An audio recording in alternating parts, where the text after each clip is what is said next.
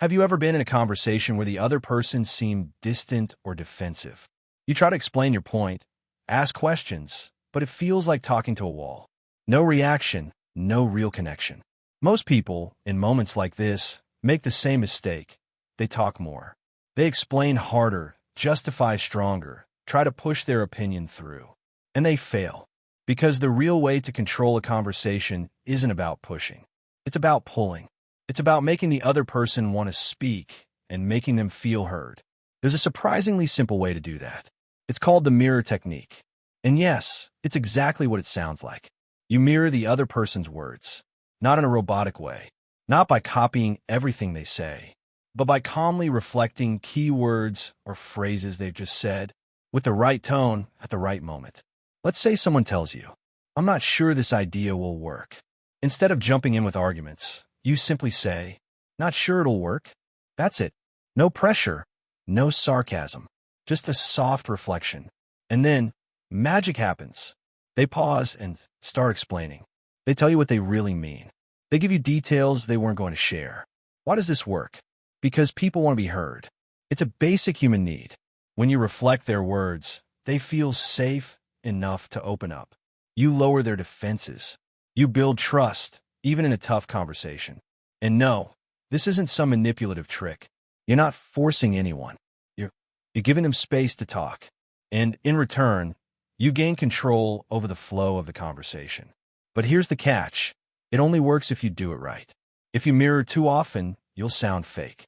If you sound sarcastic or mocking, you'll break trust. And if you force it into every conversation, people will notice. So how do you mirror the right way? Use it when the other person says something emotional, important, or loaded with meaning. Keep your tone calm, curious, even a bit soft. After mirroring, pause. Let silence do its work. This technique works almost everywhere.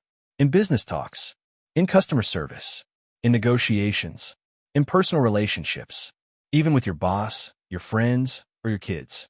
For example, at work, they say, "I'm tired of fixing your mistakes." You say, "Fixing my mistakes?" They explain, and now you have a real conversation. With a client, they say, "I don't think this product is worth the price." You say, "Not worth the price?" They tell you what really bothers them. In a relationship, they say, "You never listen to me." You say, "I never listen." And finally, they feel heard. The power of this tool isn't just in solving conflicts. It's in making people feel valued. When someone feels important around you, they start trusting you. And people trust those who make them feel heard. But don't treat mirroring like a magic bullet. It's more like a seasoning. A little can make all the difference. And never forget, this isn't manipulation.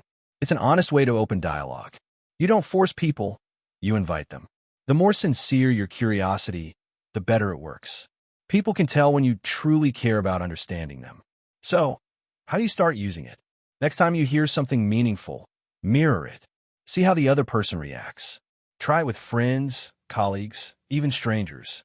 You'll notice how easily people start opening up. You'll feel the shift in how they respond. But practice is key. Don't expect it to work perfectly from day one. And most importantly, don't fake it. Be curious, be real, and use this tool with respect. Because real influence doesn't come from talking. It comes from listening. And sometimes all it takes is reflecting a few words back and letting the other person do the talking.